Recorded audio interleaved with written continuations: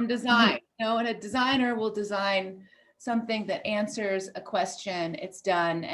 And the greatest design, we might not even notice, because it's so streamlined. It just fits into our environment. We use it.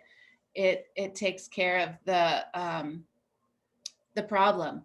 But with art, it's meant to sort of, like that essay we read about strange tools. It's meant to sort of make us stop and disrupt our normal train of thought so that we might be more present, or we might have some sort of transformation in our thinking. So cool. Thank you for bringing us a new work by Thomas Saraceno. So that's all for our presentations. Those were really fun. I love giving that assignment. Gives everybody a chance to do their own research, and you guys don't have to listen to me talk all the time. So next up for today, I do want to double check and make sure everybody is okay with the plaster bonanzas.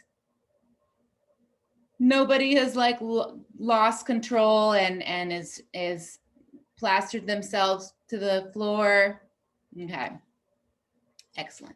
Because it's technical. It's a technical materials. It's a technical project. But hello, welcome to art making. It's not all just slapping paint on a canvas. Some of this stuff is like really finicky, and it takes major concentration. There's also a learning curve with painting and drawing. I don't tell anybody I said that. No, I used to be a painter. I know that's why it was so hard. I started doing sculpture because I actually enjoyed the physical aspect, the physicality of making sculpture. It sort of helps me focus, sort of being able to learn to build things and all of that, all the equipment, all of the materials. I needed like more to sort of keep me in the room.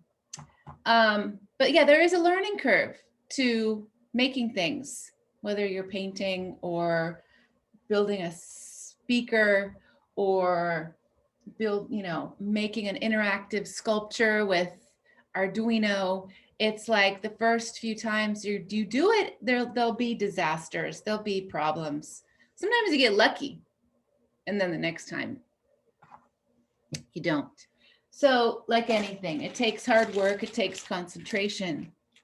Art is, people, when I tell people like what I do and what, that I've been climbing up on a roof and hanging, speakers off a roof and going up there in the rain, and people are like, it sounds like so much work.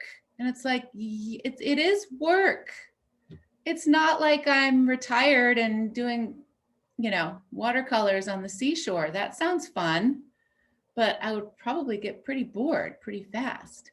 I like the work. I like the challenge, I like being up against that edge where you're like trying to figure something out. I mean, I feel like my brain has grown so much. I can't even talk.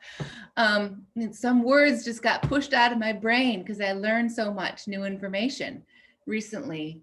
And I love that. It really like makes me feel alive. Like I'm really taking advantage of this life by challenging myself and sometimes putting myself in that uncomfortable place. So our little pep talk for today as we move into our next project. So what I wanted to do is I wanted to actually just go through some really basic cardboard stuff, that some of you might know, but maybe some of you don't. So let's say you've got some issues. You need to do something with your cardboard. You want to build a shape. You want to build a cylinder. Let's talk about a few things. For example, let's say how did I build? I have two kinds of horns here. And even if your animal doesn't have horns, you're still going to learn something about manipulating cardboard. So this horn system is different than the horn system I have here. This one's a bit more intuitive. This one's a compound curve. I guess this one is too. But first I'll show you what I did with this because it gives you some basic understanding of cardboard technology. I think there's like a museum called the Museum of Cardboard Technology, or no, that's the Museum of Jurassic Technology. So knife, you always want to make sure your blade is sharp. And I prefer these kind of big knives. This one's a little, anyway. So never cut your finger. I've done that. It's not a good idea. So when you want to cut a straight line, you need to make sure that you are using a straight edge. So I actually have a ruler around here, but sometimes you might not even have a ruler. So you could use, what could you use? A piece of wood, a piece of plastic, something pretty hard. So this is my ruler. And I always like to cut gradually, not first, like going crazy. I'm gonna see if I can make you guys see my, here, oh, that's not bad. Okay, so cutting one slice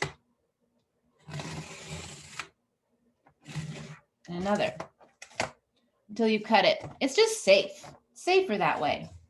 So then let's say I wanted to curve this around, but it's kind of, it's very flat and linear. It doesn't want to make a nice curve. So one way that you can make a better curve is by scoring it. And by scoring, I mean just making small incisions.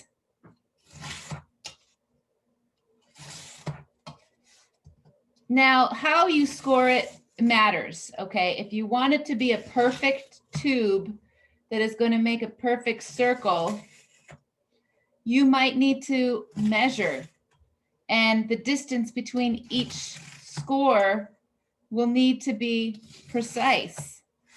But if you're making a horn or something else, you can just do it by eye. If exact precision is not critical.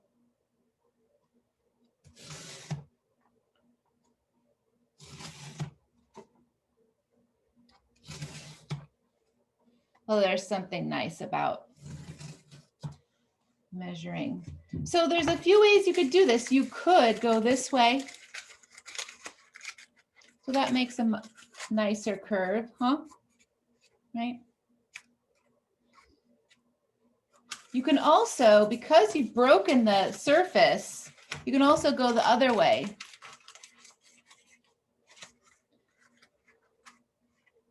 And this way I don't have those marks. So you could also do this and then cut it again and have a few. So that's what I'm going to do, because I'm going to show you guys how I made that. I'm going to show you a small version of how I make. So I have a piece of cardboard, not just regular cardboard, but this is like the back side of a drawing pad. If you have a cutting mat, that works great too. My cutting mat's at school right now though, so.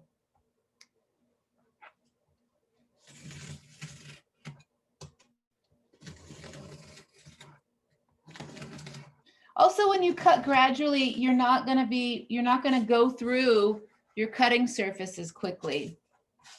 All right, that looks pretty good. So now I'm going to glue these guys together, but I might have to kind of manipulate them a little bit. And I wonder if I could just use half to, yeah, I'm going to use half to start. You can also use paper, scissors.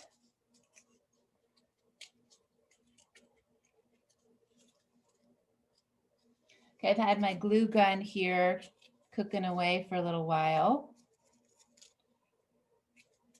You don't need that much glue.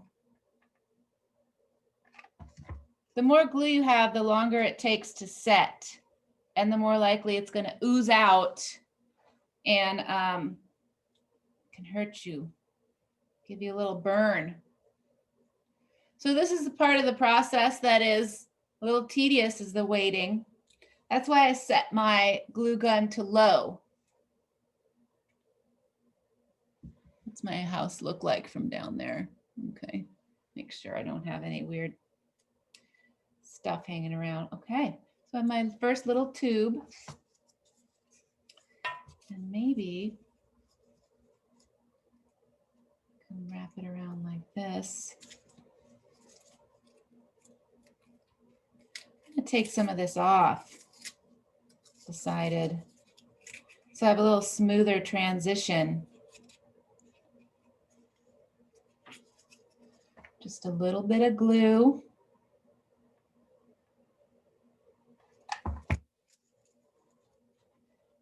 Working carefully so I don't burn myself. Yeah, if you use less glue, it's less likely to squeeze out. Also, when I set it to low, it takes less time to get to that cooled off phase.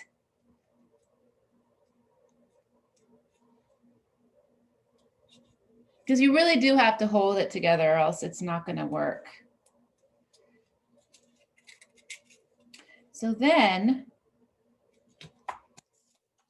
keep going around. That'll cut here.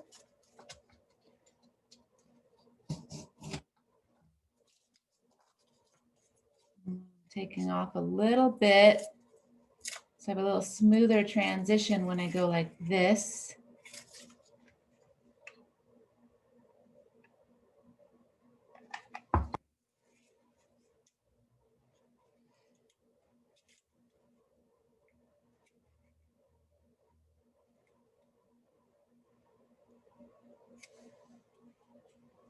Okay.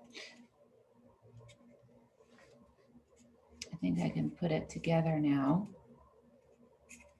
Or maybe I'll do one more. So remember, you can go this way, but then you're going to have all this. Now that could be useful if you wanted a certain texture, right? And what would happen if I just peeled some of them a little bit? It'd start to get different. Now that's another thing we're going to look at when we come back from our little break, is texture. And also the paper mache part. I will show you guys the paper mache part on,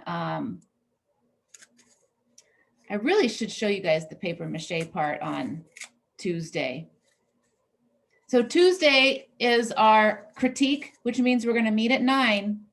So I think I'll make time so that we can have the paper mache demonstration. Oh, am I going to do this way or am I going to do this way? I think I'll do it this way.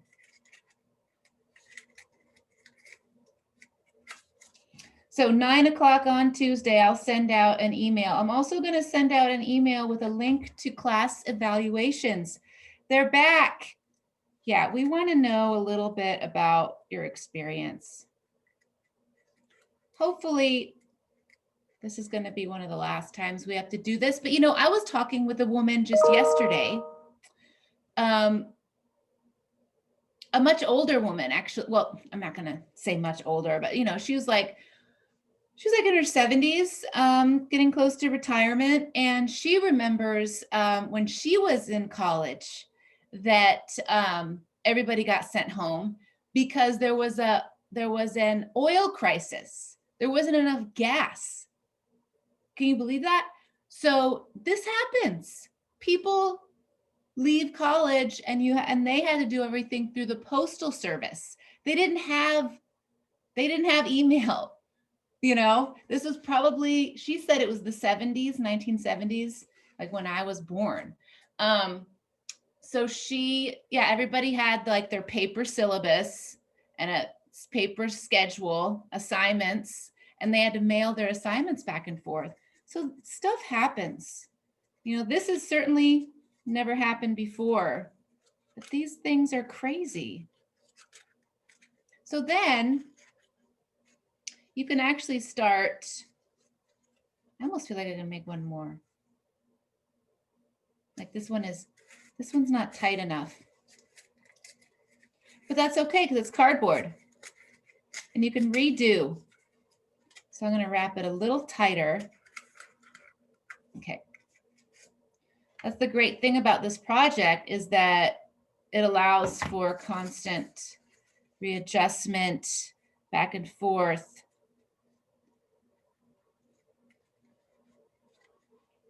So what I've been doing is I'm tearing a little bit of my cardboard to create a smoother transition here. And you know, you can take that theory, concept, technique, and apply it to a lot of different things. So then let's say I want to make a horn that goes like, starts to turn, and I can put some hot glue here.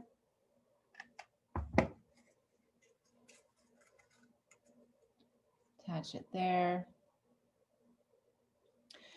Now, the thing that really makes things start to come together is actually the paper mache. You'll see when I do the demonstration how it strengthens so many parts of your sculpture. I'm actually going to use a little, so I delaminated a piece of my cardboard, and I'm going to use it to kind of create a little bit of a, just a little strap here because things are kind of loose on that side. I'm going to paper mache over it, so it's not really going to be visible. But I just wanted a little extra support here between this transition.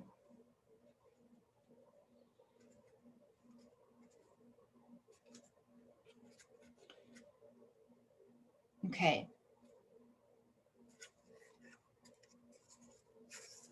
So I don't want these ridges to be that present, visible. However, if you look up a Serengeti gazelle, you will see that their horns have these kind of separate edges to them. So make sure to look at your animal and see, sometimes you can take advantage of the characteristics of the cardboard more obviously. So if you look at the Serengeti, a lot of the horns of, this is a gazelle, they have these weird ridges that actually do look like cardboard. Although they're not cardboard, their horns, I'm sure, are quite amazing. Horns are nutty. So now I'm kind of making the Leaning Tower of Pisa here.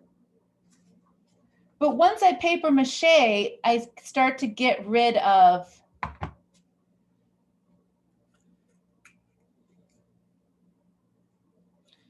right. You guys are kind of starting to see it here a little bit. Kind of hard to see. Starting to make this curve. And once I paper mache over it, it'll start to fill in. Uh-oh, what did I do here? I might need to take this one apart because I can, because it's cardboard. What just happened? Oh, it just delaminated. That's okay. Kind of cool. I actually like tearing the cardboard a lot more than being so precise with the cut. You can also, if you can make a little bit of a taper. So we'll do that next. Next, we're going to do different shapes. So, I mean, cardboard technology, there's a lot, you can get pretty complicated, but it's something, I think everybody can master. Did I still make that too? Here, I think that'll work. Just kind of tuck that in there. Oh yeah, look at that little horn starting.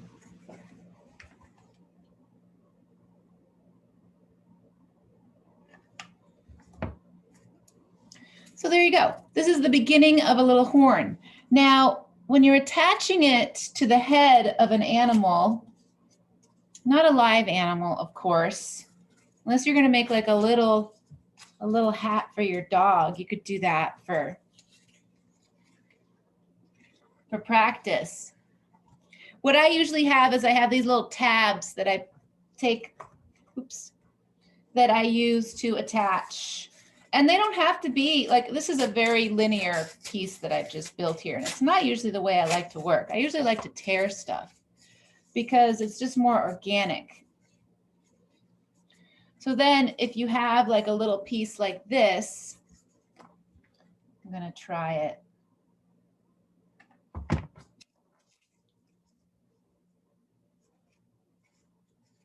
Not only does it kind of act as another change, you use this, you attach this tab to the side of your animal head, and it creates a transition already. So you don't have like this horn just like sticking straight out. Because if you look at most animal heads, you know, the ears come out gradually. They don't just come out like Mr. Potato Head, like they've been stuck on. You need transition. And this acts as a structural element to hold the horn on.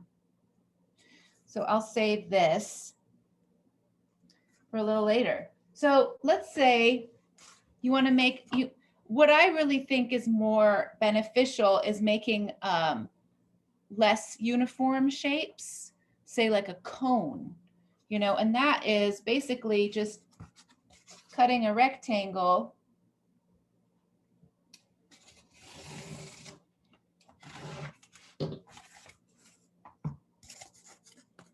but rather than it being just a rectangle, it's a parallelogram. So the sides, so I'm ripping this apart. This is actually a double ply cardboard, which I don't recommend to use for this project, unless you can tear it apart and use parts of it. Like this is great stuff here. I'm going to use this for my, the cheeks of my coyote, because the coyotes have like these kind of fluffy cheeks that come out like that.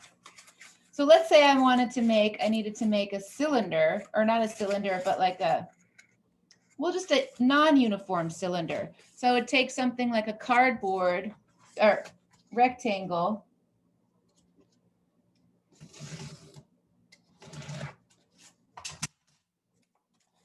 And if you make one of the sides,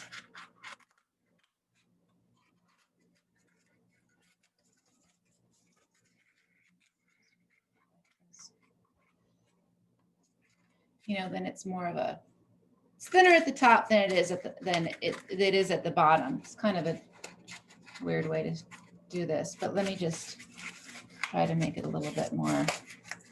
I think squishing your cardboard around is really helpful.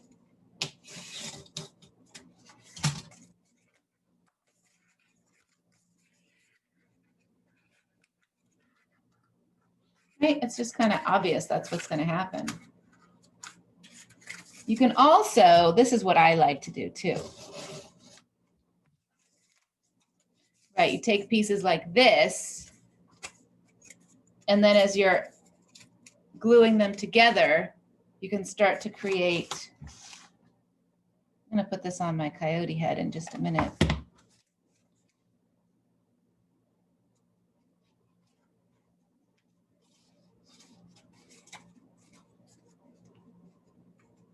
You know, cutting the shapes that you put on at an angle will help them become more formed, more rounded, see, like that, as opposed to just being a straight thing. So, okay, so we've got our horn with our little tab. What's another thing we can look at? Making sort of, speaking of forms, how do you make like a cheek or something round without just piling on cardboard?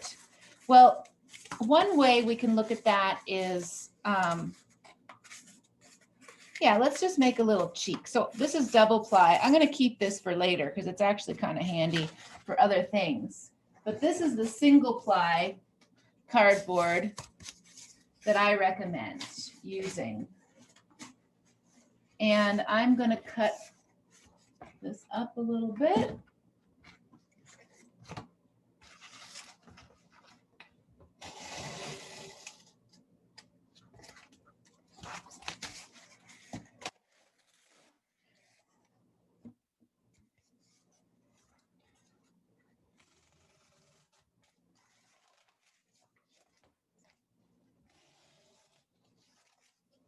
Always watch your fingers.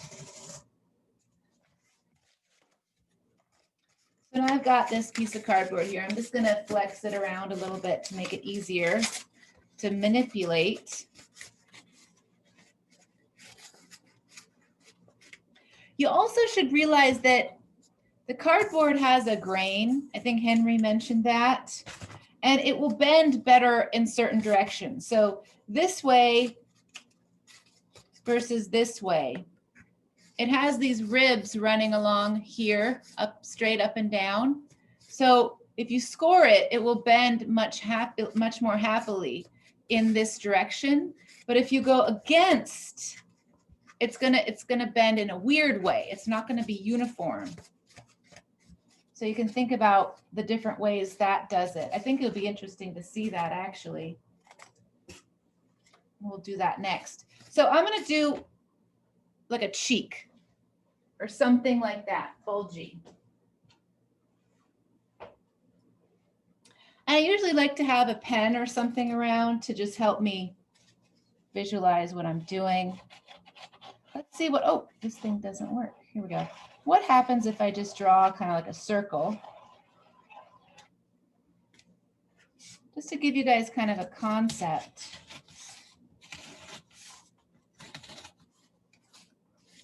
Have you guys been having weird dreams? I just feel like I'm just having so many weird dreams lately. So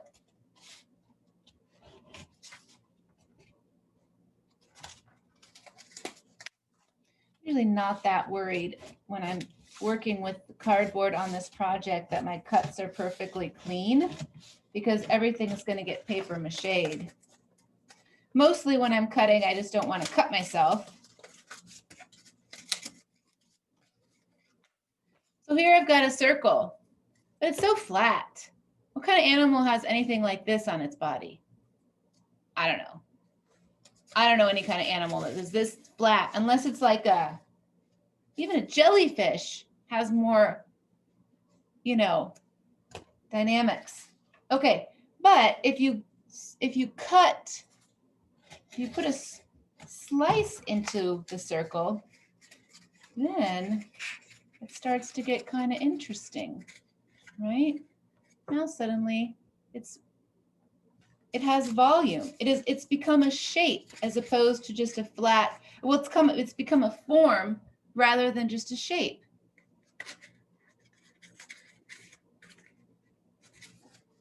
I see now.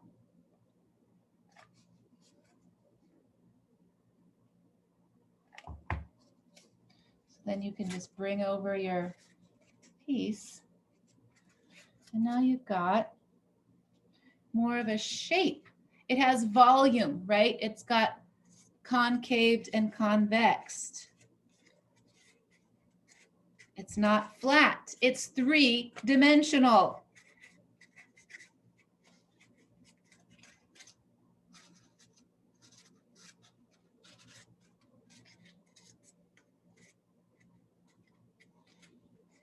Right? Maybe this is it could be an ear. This could be the beginning of an ear.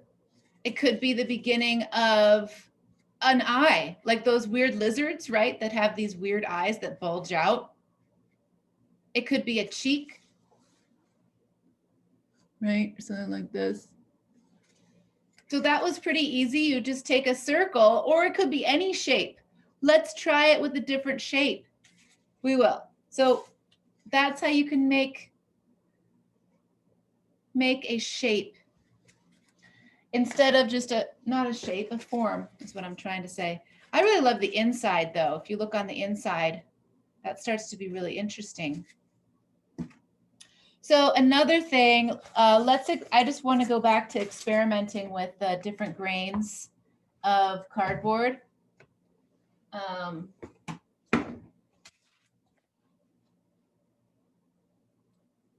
So what happens if we cut across the grain? So if I cut, we already cut with the grain, and that's what this did, which turned out it's kind of the way that it likes to go. But if I cut across the grain,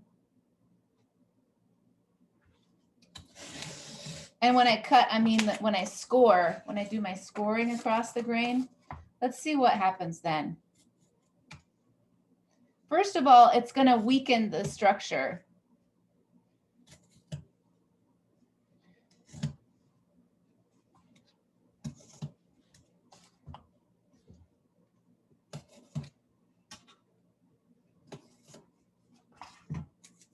See, it doesn't really, it's not quite as, I mean, it could works in this if you do it on the inside. But if you look at your cardboard and you notice that it has that interior structure, if you're cutting across the grain and you're cutting through each one of those sort of ribs, let's call it, you're weakening the structure and it might be harder to manipulate. And it might be easier to cut through it. Because when you're cutting along with the ribs, so if you look here, if I try to bend it, I cut across the grain, it's really fragile because I've cut through sort of the interior structure and it just broke. So that's not the best way to do it. So the better way to cut, the better way to score is with the rib. You can certainly experiment and do it another way, but if you find yourself getting frustrated, make sure that you're not cutting across the grain, right? This is with the grain, is with the ribs. Across the grain is not quite as structural. Okay, so we just made a fun circle. Now, another thing that you guys might be wondering is how does this relate to anything we're doing? I mean, well, I guess it could be a lizard eye. Well, you want to make an ear, okay? So ears, we can look at imagine we're looking carefully, there's ears. There's so many different kinds of ears. So clearly, I'm not going to make an ear right now that's going to look like your animal's ear. Here's an ear. See, the things I want you to understand is there's an interior. Right? Shh, don't tell anybody. Right there. And see how it's blended back smoothly. And that's a lot of that is done with the cardboard tab that I just illustrated right here. But also paper mache, multiple layers of paper mache around the ears so they don't fall off. So there's an interior and an exterior. You can see that the shape is very dimensional. Oh, I have to show you guys how to do the other kind of horn too. So how can we translate this sort of really simple information? Let's draw an ear. I'm just going to do kind of a random ear, making it up. And sometimes you have to draw a couple ears. I'm going to get a marker because that's the better way to draw on cardboard.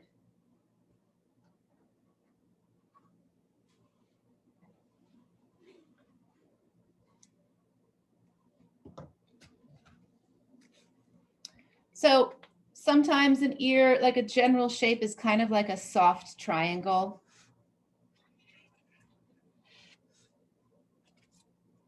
And you likely have to draw your ears more than once because the first time they shrink when you cut them. So the first time you'll cut it and you'll figure out the technique, and then you'll cut it the second time to get the size right.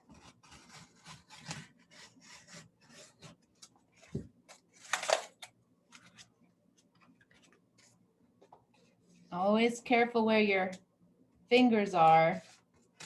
And my blade is getting a little dull. You can tell this because I'm pushing harder. Again, I like to squish. And this is double-sided again too. Keep getting this stuff. Oh, well. Just makes it, the double ply cardboard just makes things a little harder. All right, so here's my ear, right? No, this looks dumb. This is not an ear. This is a piece of cardboard that's been cut. You got to do something to make it exciting and more formed. Give it real thickness. So again, like, can I do this? Oh, yes. Woo! Flipping my blade over, although this side isn't really that sharp either. Do I have any more? This is what I get for working from home.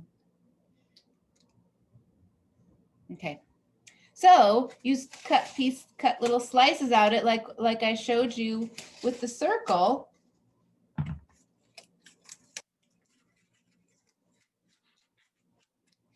And you start to get, oh, an ear. It's an ear. You can also, I like to score it up top because not that many creatures have super pointy ears. I mean, they're soft at the top. They're not pointy, like hard and pointy. They're a little soft, just like touch your ear. It's like all rounded. So I'll start with that, rounding it at the top. So what I did to round it at the top is I had this, if you can see, I put a little cut in the cardboard, very top. And now I'm gonna go light, and then I bend it to soften.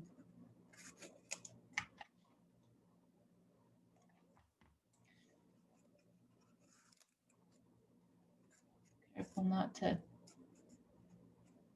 burn my finger. So now I have a little, now it's starting to develop some form as opposed to being just this flat pointy thing at the top.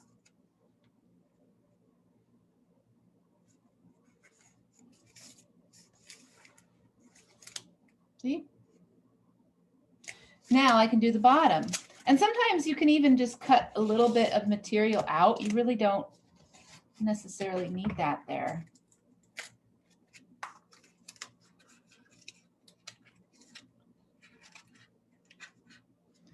Oh, it's an ear.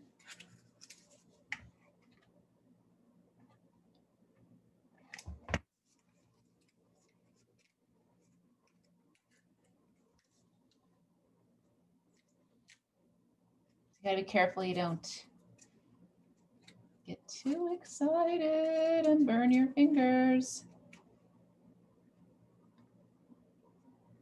But once you start to paper mache around and it starts to soften it even more, you get in here with the paper mache and you can imagine, you know, since you've been working with the plaster, how it can, it's a very similar process.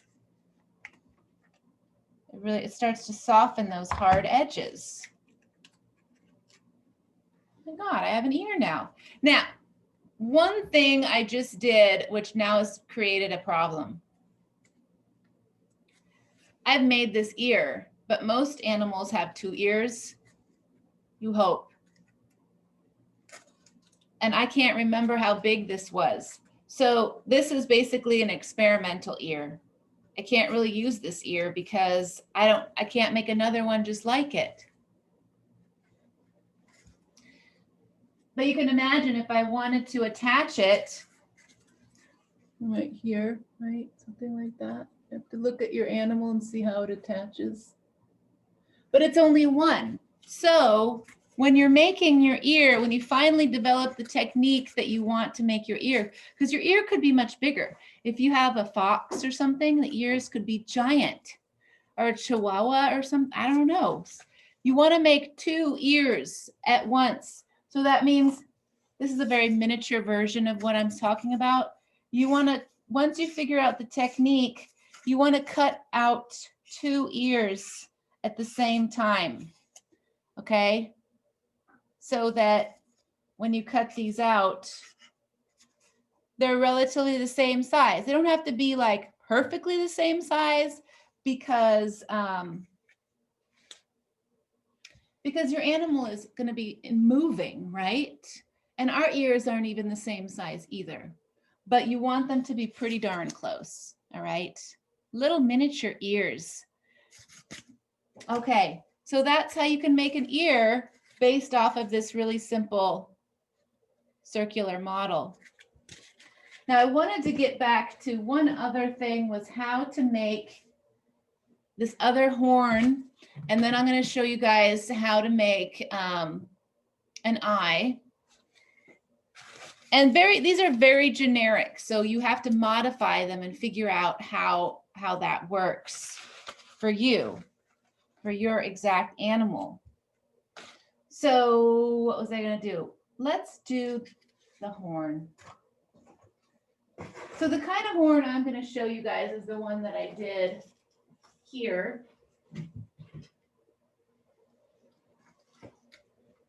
And it's a compound curve. So it goes in 2 directions at once.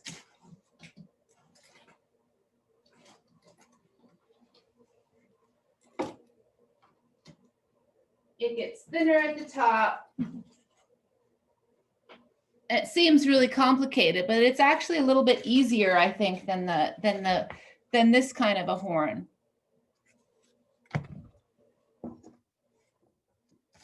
Because you can start by just, I think this cardboard I think is better for what I'm doing. So I'm going to cut this safely.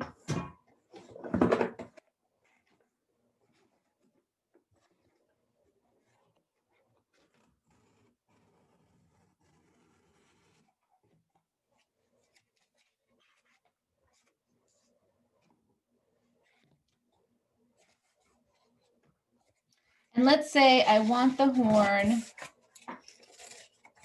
Get rid of some of this stuff. I want the horn to go, I'm going to draw it.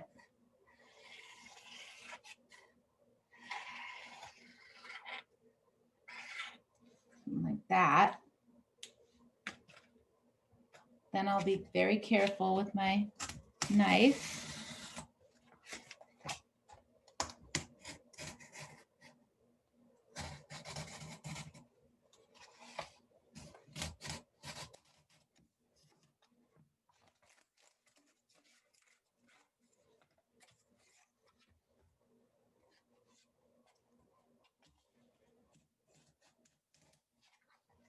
Now, all of these parts, okay, the eye, the nose, the horn, the ear, they're going to happen after you've completely covered your animal head, okay?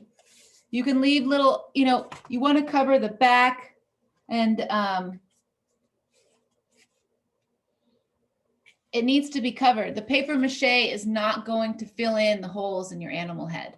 Your animal head needs to be fully formed with maybe, you might have an opening for the nose and the mouth, a couple openings for the eyes. Sometimes you can cut the openings for the eyes later. Sometimes your animal head, if you look at this,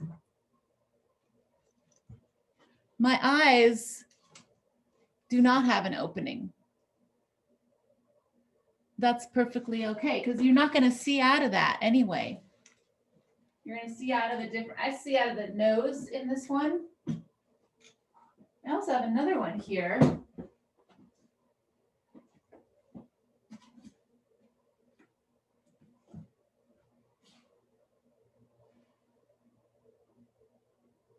This is Raven.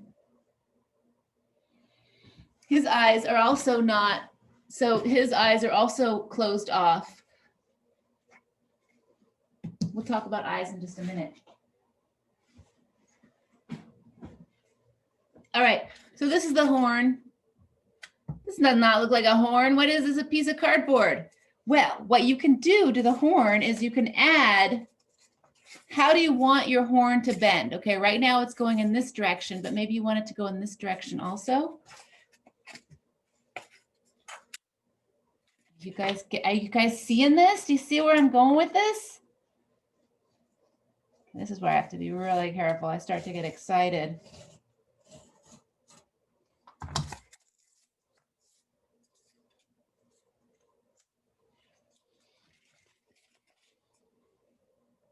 Okay, now this can get a little tricky, so you just be patient, be kind to yourself.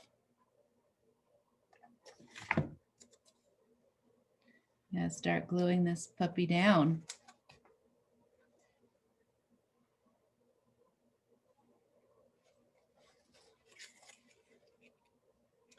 What is this? That's not what I want. Well, hold on, it's gonna get better.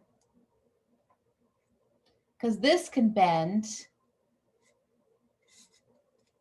and this can bend, and I'm gonna bend them together to create exactly what I want. Uh-oh, get back up there.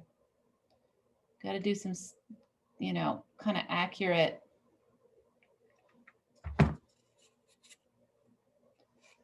Hold it.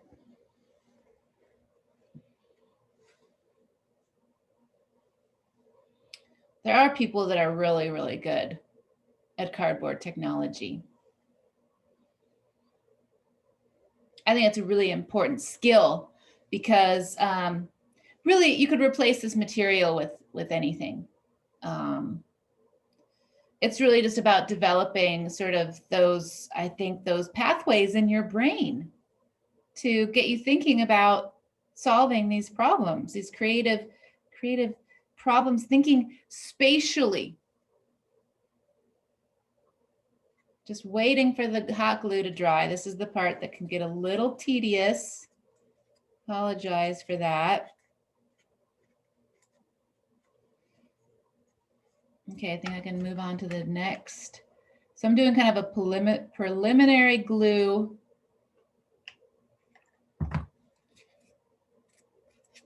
Ow. Don't do that. I just stuck my finger right in the hot glue.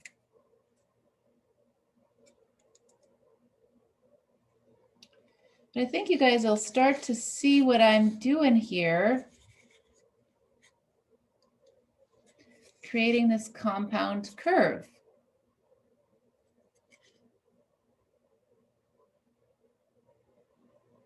Now it's still very skeletal and doesn't really look all that much like a horn. But that's when you just start filling it in.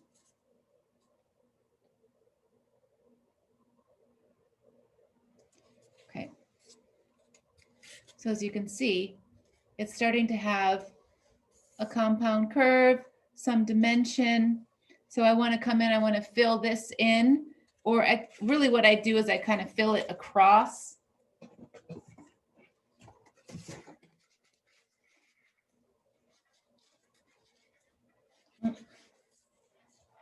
Oh, sometimes you'll get some packing tape on your cardboard and it makes it difficult to tear it.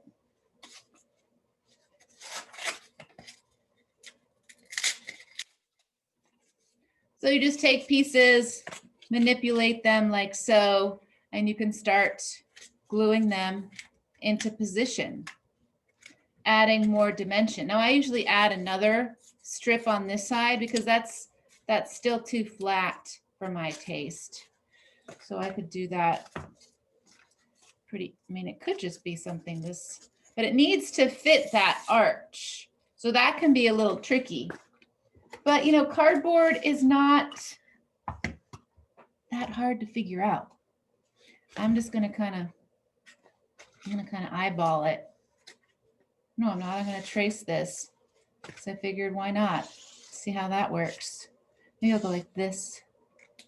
I mean, it's cardboard. It's pretty easy to manipulate, especially if you give it a little massage before you start working with it.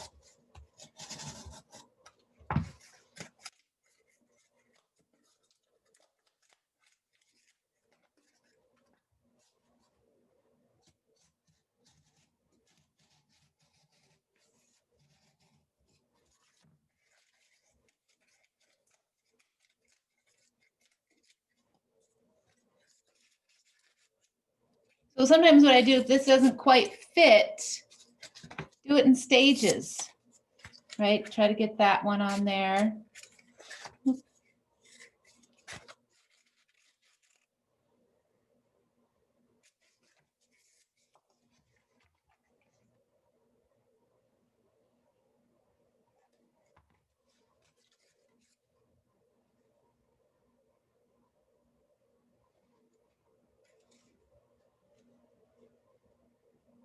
What I like about this approach to horn making is that you can draw the horn and then gradually like expand it out.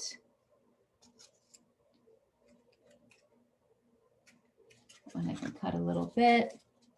It's like additive and reductive at the same time. You just go back and forth, make adjustments. Now, typically, I don't recommend making eyes and horns until you're at that point. Otherwise, you're just going to get sidetracked. Main thing is to get the foundation of your animal head built.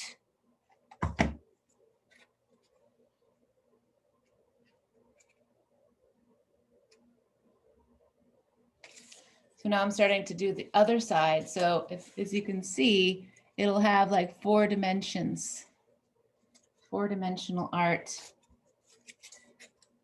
And that goes there.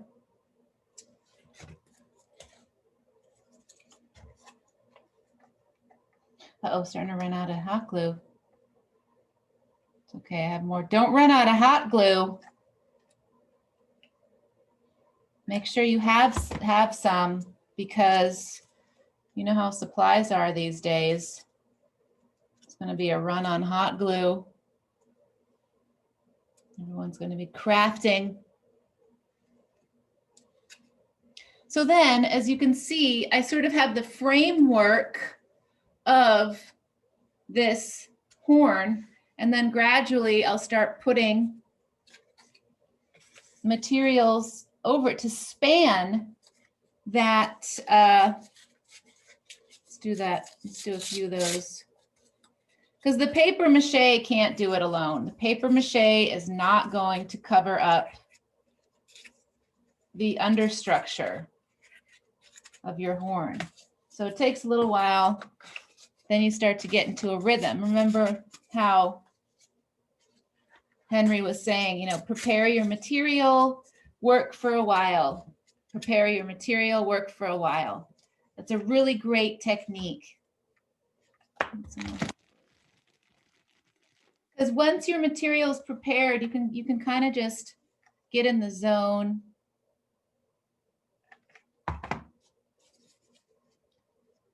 There. And that's going to be nice.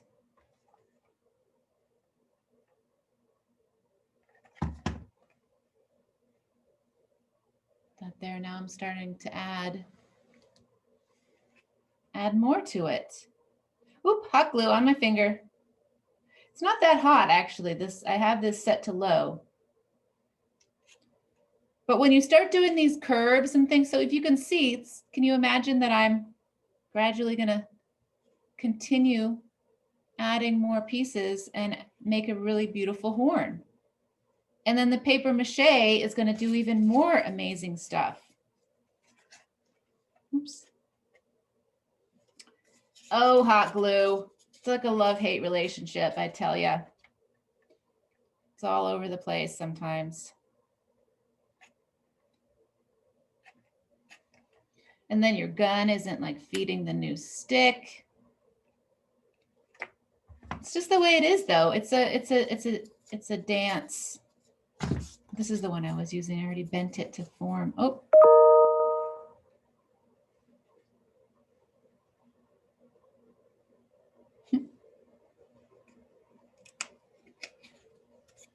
So as you can see, gradually this will come up the side and create a really nice curved horn. I'll do one more. Hopefully that will make it more clear. Now this project is time consuming. I know you guys are thinking like, this will be easy. It is. This is one of the most time consuming projects we do because the first week is hard. It's gonna, your animal head's gonna look like a pile of recyclables. So you have to keep at it. I mean, re-look at that student work. Those guys, you know, they didn't have any special tools or special anything. You know what they did have is they would show up and see each other in class. And then they would be like, oh man, look what they're doing. I have to work harder.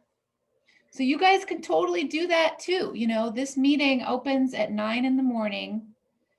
And, you know, maybe we should just start meeting at 9 and have lab time. That's why I organized it that way. So as you can see, I'm starting to build up this form, and eventually it will look like this, right? It'll be all filled in. All right, so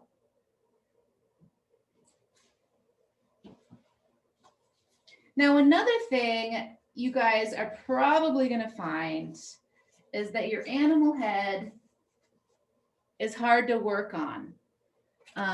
It's wobbling around, especially in the beginning. And that's another really smart thing that Henry mentioned, is figuring out a way to work on your animal head comfortably. Push this back a little bit. Right, and what I've done different things at different points in my animal head making life. I have actually taped my animal head to the table, to a piece of cardboard, okay, because you don't want to get hot glue on your table. I've taped it to a box because I wanted to raise it up a little higher. So you may need to get to that point. I'd be surprised if you don't have to. So before I show you an eye, I'm just gonna, little rewind. We did this horn today. It doesn't look like a horn right now, but you get the concept. Then there's the second kind of horn that you can make by first drawing the horn and then adding an edge on one side, another edge on the other side. So if you see here, it's got like a cross, kind of a cross arrangement there. And then I span the sides and I'll skin it all the way up until I get what it looks like on my bison.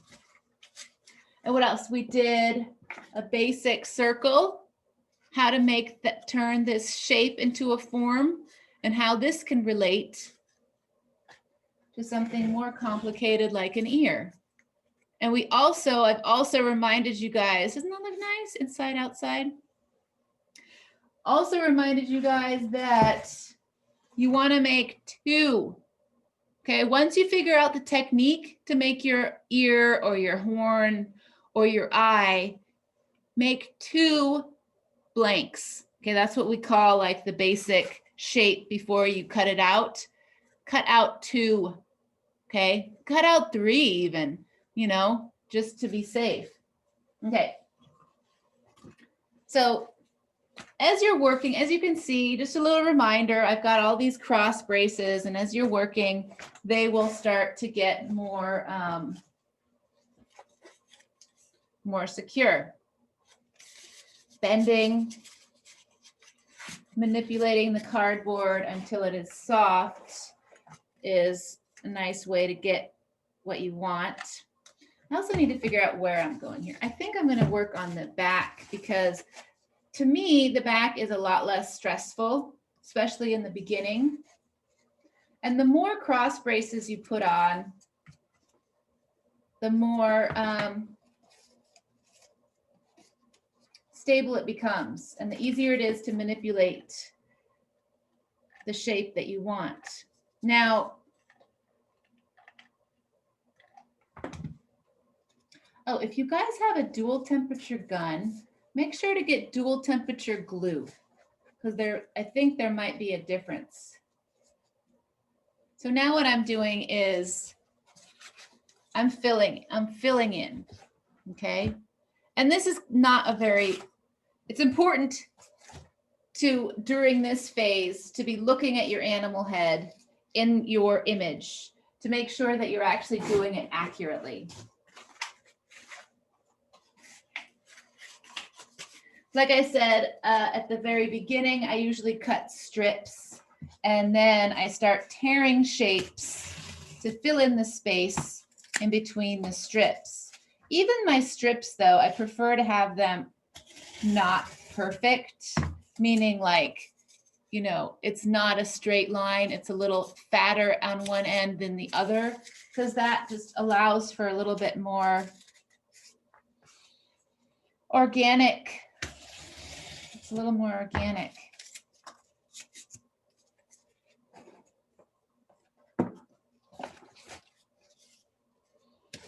I'm trying to get this to do what I want. And I think I have an idea how that can happen.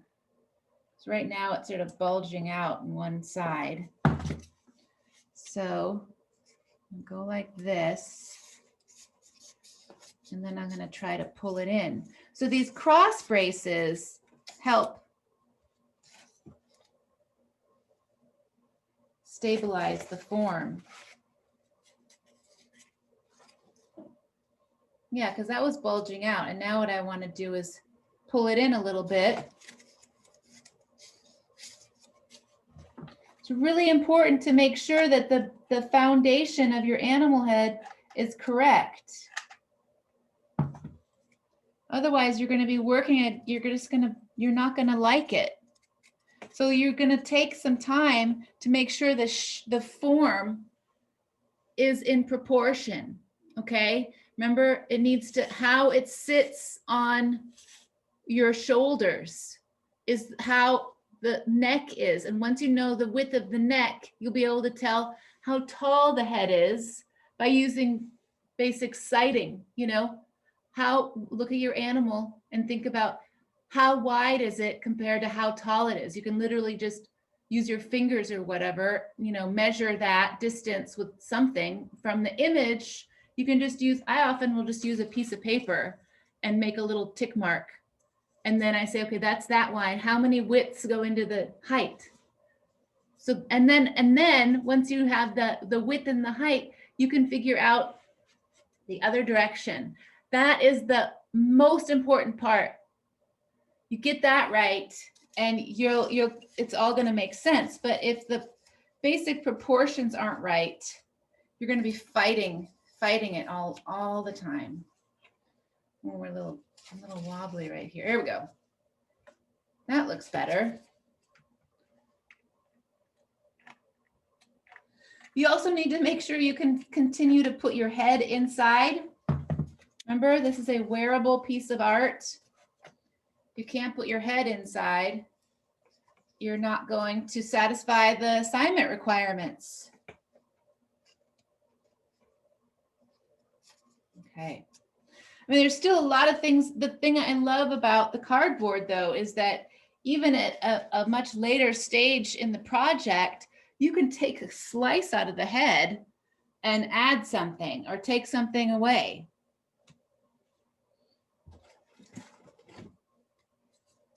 You also start finding scraps of cardboard and being like, yeah, like I just saw this piece of cardboard. I'm like, that's so cool. I've needed that.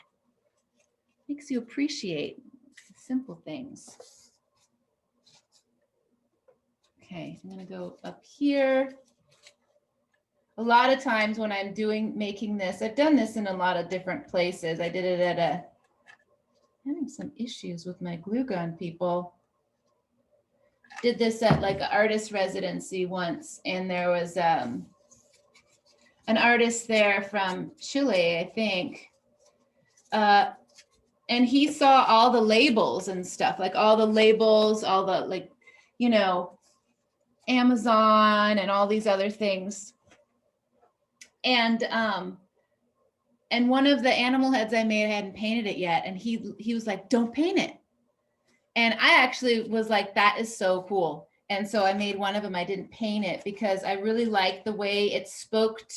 It seemed to be about like rampant capitalism suddenly, and like how animals are subject to all of this, you know, environmental degradation because of what? Because of buying and selling and production of materials. And so he was like, yeah, that bear needs to have all of those logos on it because its life is so impacted by these corporations.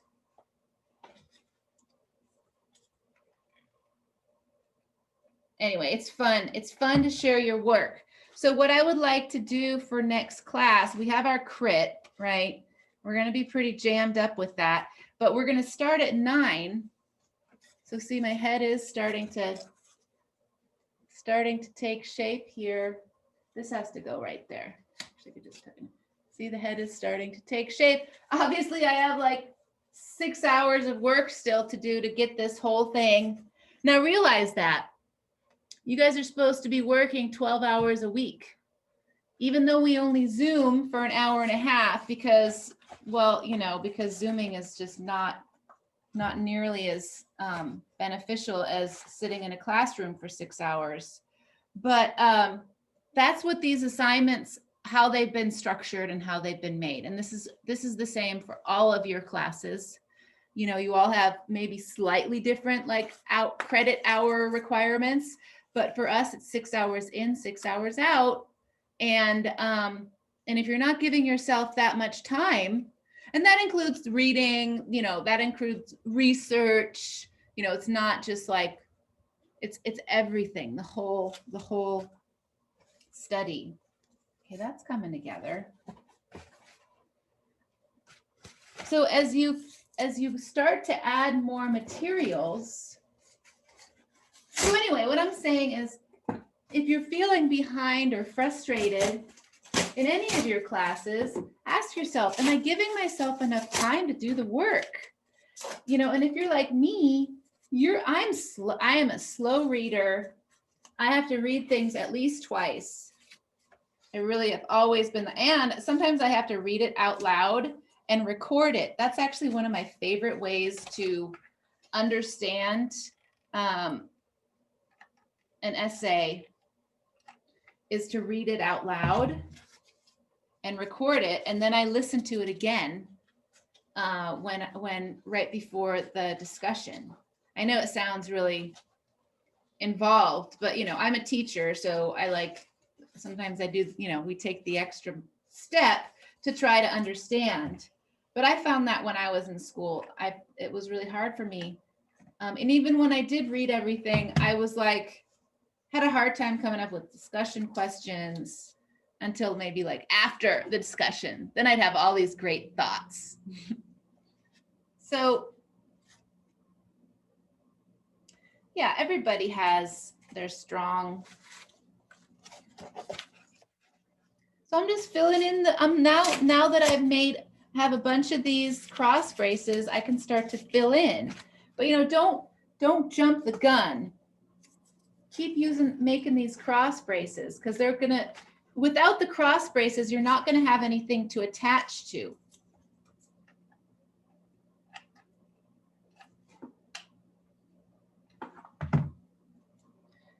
And I'm only working on the back right now because that's the easy part. The front is when things start to get really crazy.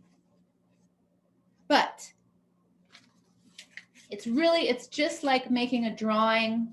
You know, the beginning can be really difficult and confusing and very humbling. But once you start to get the proportions right, you're like, whoa, I'm starting to get it here. Okay. All right, so I had one more thing I was going to show you guys. Although remember what I said. I said do not do the eyes and the ears and all of that until you have completely filled in your animal head. You can leave a little bit of room around the nose, the mouth, the muzzle, whatever that is. Because a lot of times you have to attach that separately, and I'll show that. I'll have to show that later. Because we're moving. Really, it's like next week is the final week, and then our final is on the 8th. Kind of like a lot needs to happen in the next few weeks, 2 weeks. So we'll have our crit on Tuesday.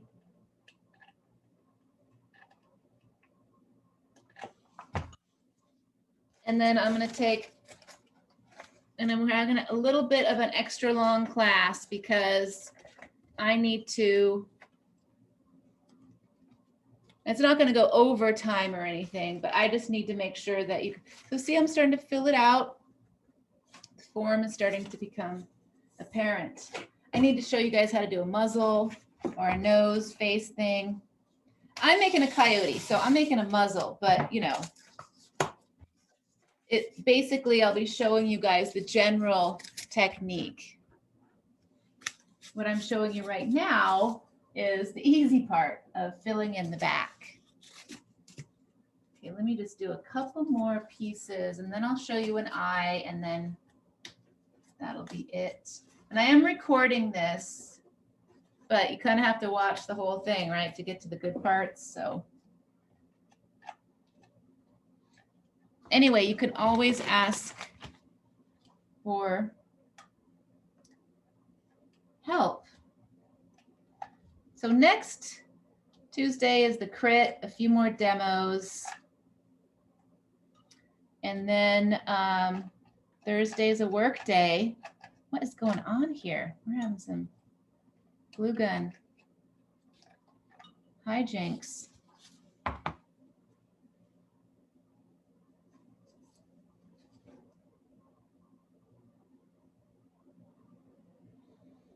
Need to go get my other glue gun. This one's kind of acting up. And that doesn't surprise me because as I've learned this week, if something can go wrong, it will. Just be prepared is what I'm trying to say. Yeah, there's something going on in there. Okay, I think I fixed it. Just had to stare at it a little bit more. So as you can see, I'm filling it in. I haven't done the front yet. That's going to be really cool. And again, I can just do that really simply. And then I go across. If you can imagine drawing the muzzle with a piece of cardboard and then doing another cross brace across like underneath. Speaking of an eye, I'm just going to show you guys really, I want to have you guys look carefully at some of these examples. And oh, this guy's he's getting a little, he needs a new paint job. So this is Raven. And as you can see, he has a lower lid and an upper lid. And even though a raven might not have the most pronounced lower lid, upper lid, I have added these because they help to give the appearance of a big bulbous eye, right? So upper lid, lower lid. And this eye is not open because I look out of these holes here. So upper lid, lower lid are, you know, you got to do it. Otherwise, your animal is gonna look isn't gonna look good. Now you might argue with me. Maybe you have some other kind of animal that doesn't have eyes. Then we can discuss. Now here, upper, lower. This one has holes for eyes. But still, upper lid, lower lid.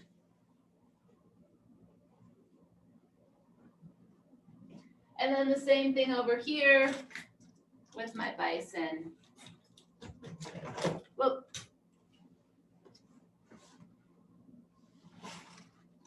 upper lid, lower lid, and look, it really does add so much more like expressiveness to the animal head. So eyes are not that terribly hard to make. Making the right one for your animal might be is really the challenge, figuring out what the size is. So you're probably going to have to do more than one. But I usually make kind of like an almond shape.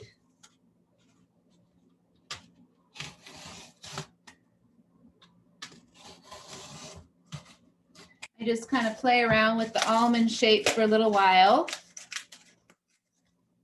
And it's very similar, it's sort of similar in concept to this. Bend it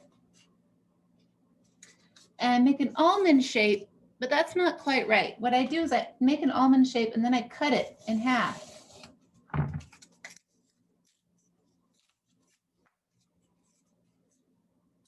So it's like this, and then when you put it on a surface, it creates, here I think, who can I put it on? I'm just gonna have to use this. You see that? Put it on a surface like this, or like that's even better. So it does different things. So if you go like this, if you do flat to flat, it's gonna be kind of flat. But if you do round to flat, then you start to get some real dimension. Here, I'm gonna stick it on there and then I'll show you guys what it looks like up close.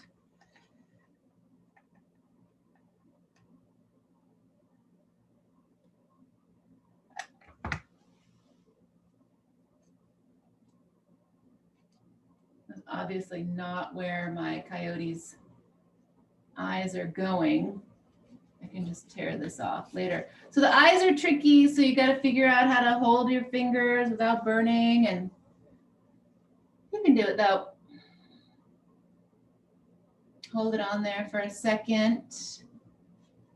Oh, I got stuck. Okay. Then I'm going to put the bottom one on because that'll be fun to show you guys the whole thing. That one's a little big.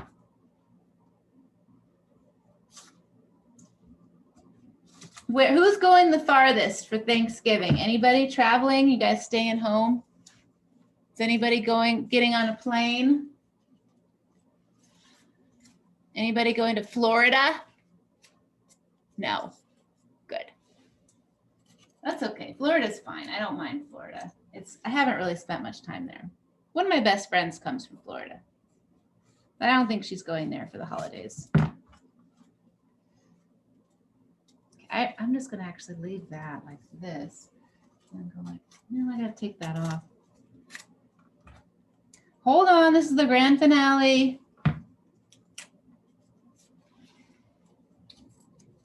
Okay. And really, when you're doing this, you just got to get that thing on there. And then with the paper mache, you can add more cardboard to make it more solid.